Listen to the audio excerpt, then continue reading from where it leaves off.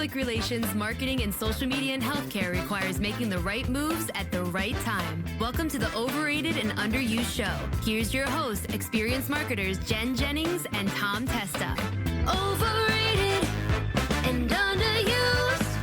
The Overrated and Underused show.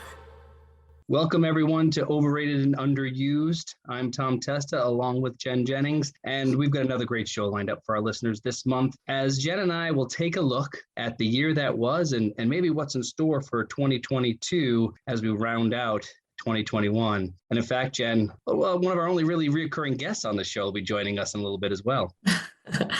Yeah, so 2021, we have made it through a second year on the air without being kicked off. So that is an accomplishment in itself. It could be just dead air, and in fact, this year, and we'll get into it, we started talking, we got a little bit more on the road. We opened things up. We were at events. It was a different year. Still COVID in the backdrop, and that impacted a bunch of things. But anyway, I think we've got some great stuff to rehash. And in a little bit, we're going to be, actually right now, we may as well bring them on. I mean, what are we doing? Waiting them in the green room that we don't even have, right? Let's bring on the real guest of the hour. Shall we, Jen? Sure. Yeah, let's bring him out. He can impart his wisdom on all our listeners. Everyone, we'd like to welcome to the ONU radio show, Dave Anderson. He is the president, Grand Poobah, the man who leads the vision, the way for our agency, Anderson Interactive. Welcome, Dave. Great. Thanks, Tom. Thanks, Jennifer. I'm going to have to put Poobah on my business cards. I like that. You like that? I know. So, Dave, this year, I mean, I know you've been you've had your hand in a lot of the stuff behind the scenes, and you've helped pull together a lot of the content for the shows that we've had throughout the year. We want to take a kind of a stroll down, Jen and I, about some of the stuff that we discussed throughout the year, and then maybe talk about how things are going to look for 2022. So let's kick off. I guess we can throw it your way, Dave. What did you think? We started off the year, it was January. We're coming into, of course, still COVID and a lot of uncertainty in January 2021. And we started to talk about things like agency versus in-house marketing in the month of January. What are your thoughts on kind of how things shaped out throughout the year based on that discussion? Well, yeah, I thought overall the year, the content that you guys provided was great. But I guess when you kicked it off last year with the agencies versus in-house, obviously we're biased. We've been agency people, for years and years. So we have a good understanding of that. We've counseled some clients that they're just not ready for agencies. So we've counseled at times they're just not ready for the launch of an agency and all the kind of activity that's involved with something like that. So there have been cases where in-house marketing just makes more sense financially. So I look at it as a financial question, because you really need to evaluate what makes sense if you're going to be hiring 2 to 3 people to handle, say, the marketing side of things, the PR side of things. Do you have someone that runs your social media accounts? Or, with the cost of 1 FTE or 1 or 2 staff members, can you pull in an agency retainer that's going to cover all those things, and you're going to bring on the expertise of a full team? I look at that as kind of a financial question, and determining if you have the right agency that kind of knows your business and knows and has a good feel for it, and can get into the mix with your own messaging and your own methodologies of things quickly and ramp up quickly, so you can do that. So yeah, it's tough, because bringing on someone in-house instead, not all employees work out. And you can spend a lot of time and effort training someone and building someone up, only to find out that, they're not the right person for the job. So whereas if you work with an agency that, after a couple of months, if things aren't working out, you can go your separate ways. So yeah, there's a lot of pluses to agencies, but again, I'm totally biased. So there's that in the background too. Yeah, we've seen, and I think in terms of size of the client, it really doesn't matter. You'd sometimes think, well, if you're a smaller client, maybe the agency's a better push for you, or it might appeal a little bit more. Or if you're a larger client, they can help supplement some things for you. But we've seen it, all different client sizes see the value in an agency though as well, right? Yeah. Well, then I was going to say, so we rolled through agencies and in-house, and in February, the crisis started pouring in. We started talking about crisis communication. We talked about crisis communication planning. And again, this was something that I know when we talked about this, Jen, it was something that we thankfully at our agency don't have to deal with quite often. You better knock on some wood, Tom. Like I don't like the vibes that you're putting in out there. Like I think you're gonna jinx us. No, you're right. They're absolutely right, because we don't want to get into this. Again, fortunately, some organizations and some communication professionals have to deal with this. We talked about how there are professional agencies even lined up who strictly deal with crisis communication, which sounds just like a nightmare of a situation, quite honestly. But well, I mean, it truly is, but it's planning for the worst. It's, a crisis, a scandal can pop up to any company. I hope that's not the case. And I think every organization hopes that's not the case. But this is, a communication strategy in planning for those situations that could come up. Yeah, and we've been lucky. A lot of the clients that we're working with right now, like you said, don't have to deal with a lot of the crises that come along. In my past, I've worked with a lot of companies that they got into manufacturing or had chemicals or details like that you really had to deal with life and death situations. But luckily, we haven't had much of those challenges. We also have a couple of great clients that focus in on cybersecurity and healthcare. And that's really a lot of the work that they're doing on a daily basis is prepping for those types of situations for their customers. So a lot of that stuff is kind of carried over with us, the understanding of building great crisis communications plans, having guidelines there in place that you can work with folks, work with your teams and your customers and your stakeholders to get those issues. So yeah, luckily we haven't had too many issues, but it's one thing that, a couple of our clients are just excellent at. Although crises are something that you don't expect, it might be something still worth planning for in some way. And I think at the end of the day, if anything, it might be still worth having a crisis communication plan in place, because I still think it's not something you want to have to scramble for, heaven forbid something happening that is a crisis. And it can be, like you said, it could be any kind of crisis. And I think still being prepared is one thing that I hope a lot of our listeners took away from that episode. So crisis communication is underused. Yeah.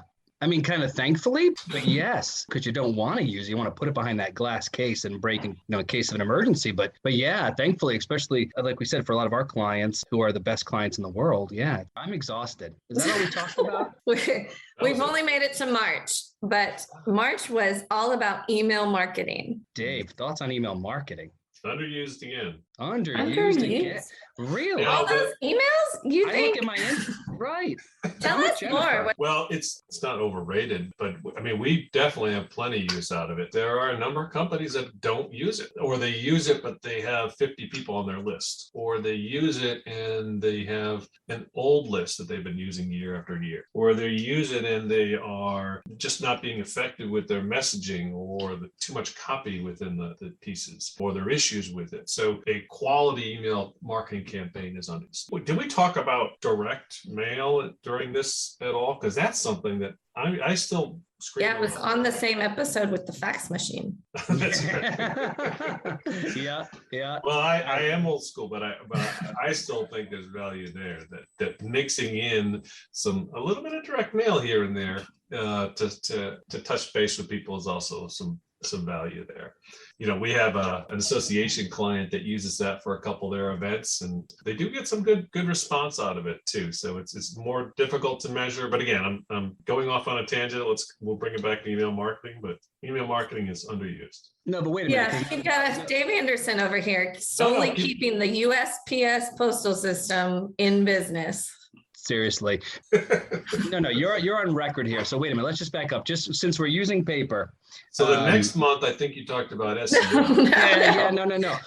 No. But I think that's a good question I have. So when you think of, because direct mail, you're not thinking like, a letter that we just typed up and folded and put in an envelope and mailed. Like what? Just give a good example of what a direct mail marketing piece might look like. A postcard for a special event, a postcard reminder for something that is not as easily deletable as an email blast could be. You know, we've seen some campaigns with email blasts that just have really poor open rates depending on the quality of your list. There are also cases where you don't have email lists and you only have access to mail. So people have moved away from direct mail so quickly and almost completely, where it's just not a factor anymore that people get things in the mail. So I think that could be something that sets you apart. And again, I'm not saying throw away email. I'm saying build it in as a once a quarter piece, find some unique ways to still use it. Yeah, I think it's interesting. I mean, it is a lot easier to delete an email or just not open it versus you have to physically throw away a postcard that you get in the mail. But I think with a lot of people working remotely and not inside of offices, like I guess it just depends on, that might bring up some challenges in getting the mail to the actual person or in front of the person that you're really trying to reach. So it's just one of those projects where you have to do a lot of research. That's a valid point, though. That's why we wanted to just kind of hear your thoughts on that, because I think some people think direct mail and they think, oh gosh, just more stuff I can put in the shredder. But no, at postcard, we still get those from organizations, charities, things like that. So there's still good value there. No, April rolled around and we talked SEO and PPC. SEO, SEM, PPC, yes, all this. So yeah, we had some great guidance from a couple of team members on this one. Lacey Herman, Sarah Smith, they provided some great notes for us when we went through that episode. But yeah, there's a ton to talk about.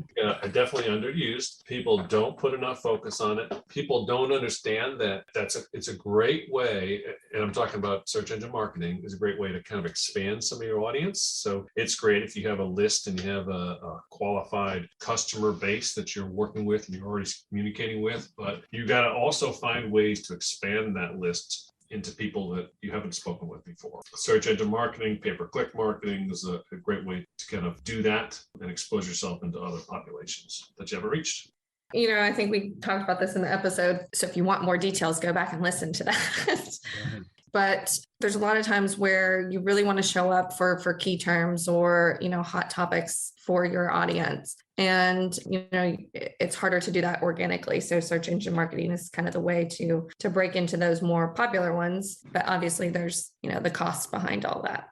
And, speaking of showing up, let's segue to May's topic, Jen. And Jen and Dave, we talked about virtual events. Ho hum, another year of virtual events. I feel it was a big theme in 2020, obviously, and we rolled into 2021 and we're still talking virtual events, but we had to. I mean, I know that everyone was probably like, oh gosh, there's another virtual event topic, but we had to. And then, of course, there was then the virtual and the live in person, the combo, kind of event that happened later on too as well. So where are we in virtual events versus in person now? Yeah, and I felt the same thing. It seemed like every other month we were doing a virtual event, podcast, but it was so important. People need to figure out what to do for him, what to do for the fall conferences. Yeah, and we struggle with this too with a lot of our clients. I'm going to say it, virtual events are overrated now. Okay. Yeah, it's I hate to do that. We have clients that put on virtual events, but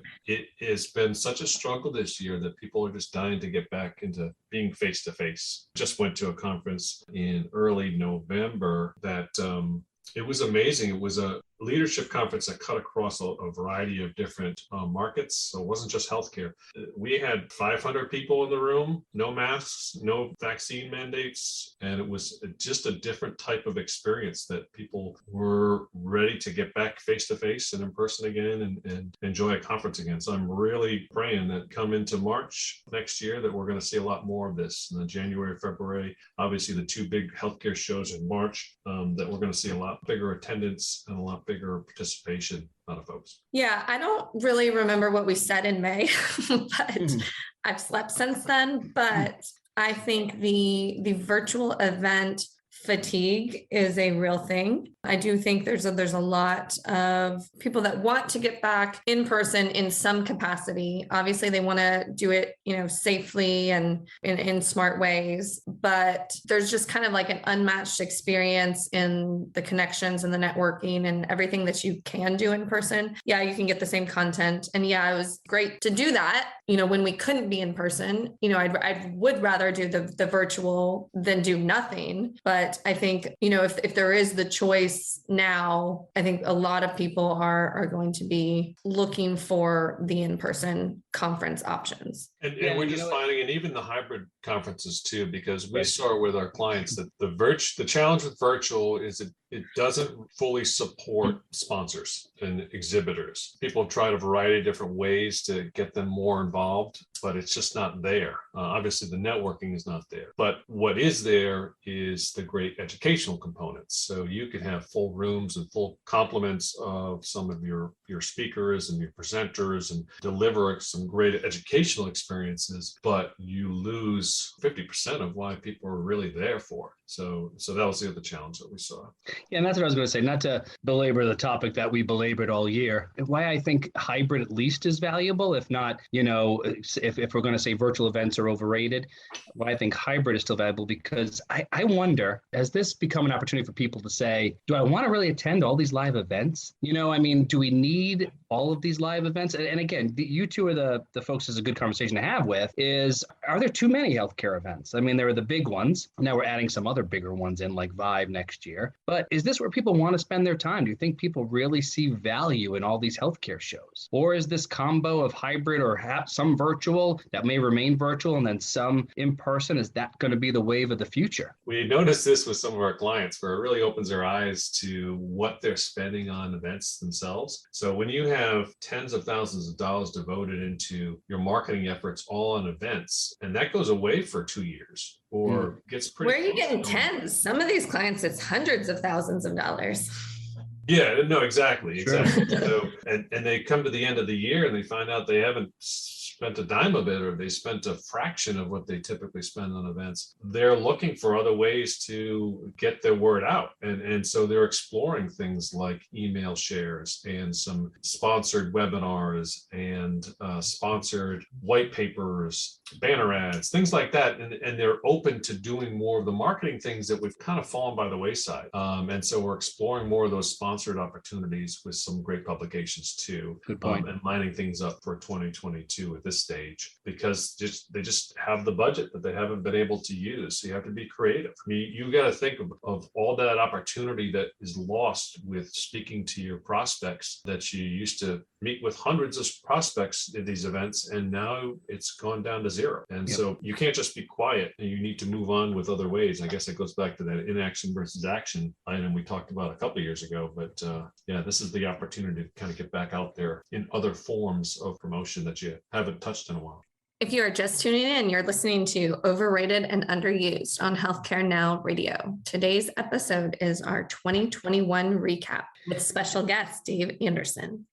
Thank you very much, Dave. This has been a good conversation. I think these insights are helpful as we kind of round out the year and look ahead and kind of breeze through a couple here, because we also, I think, want to make sure we get in some of Dave's predictions for 2022.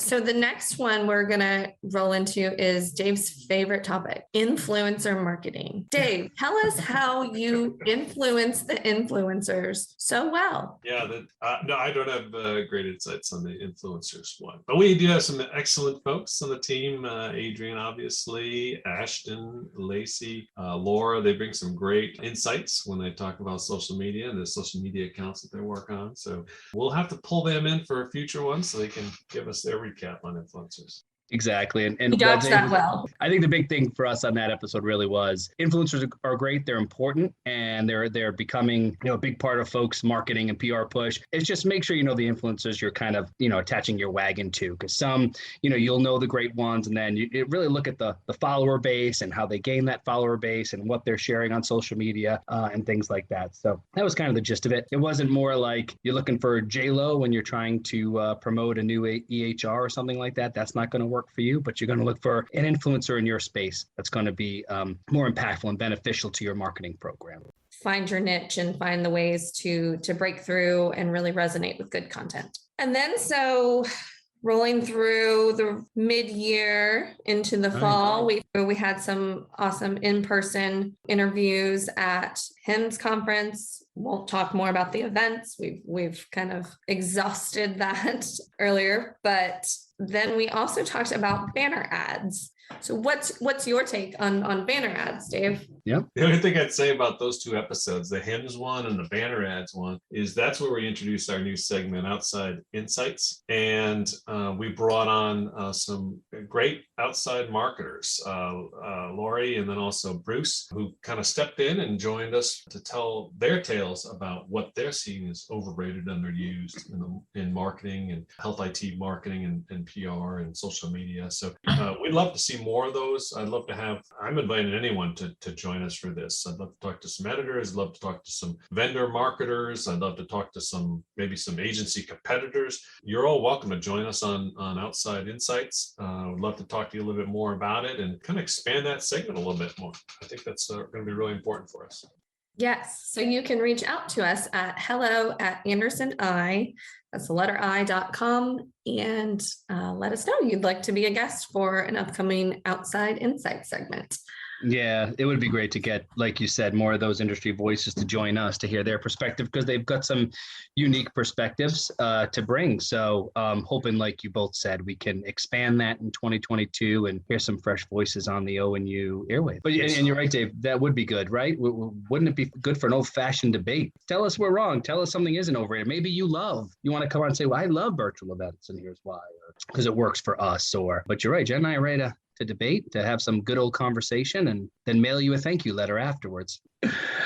Oh, and then guys, so we talked Tim's, we talked banner ads, and then the last show before the show you are now listening to, we talked about website rebuilds, redesigns, and refreshes. Something I couldn't say fast 5 times in a row, but yeah, it was a really good episode. I thought it was excellent. Yeah, it was great. We had some good insights again from our designer and programmer, Sarah Smith. She jumped in and provided some great insights there and some background for us as we went through that episode. Yeah, I thought you guys did a great job of kind of walking through the different types of reasoning why you do a rebuild, redesign, refresh. So I thought that worked out great. Awesome. All right.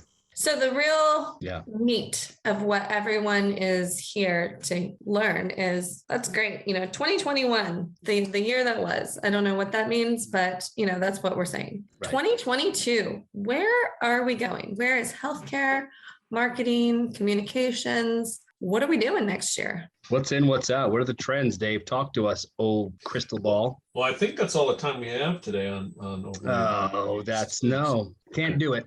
Can't do it. You can't read the close. It doesn't say in our script, Dave, read close. It says, Dave gives his invaluable insights on what 2022 will look like. Well, we could probably go back to what we talked about last December. And unfortunately, it's hopefully a lot of the same stuff. It's going to be, hey, next year, we're going to get back to normalcy. And next year, we're going to get back into traditional events and move away from virtual. And next year, we can get back into more of the travel that we've been all looking forward to.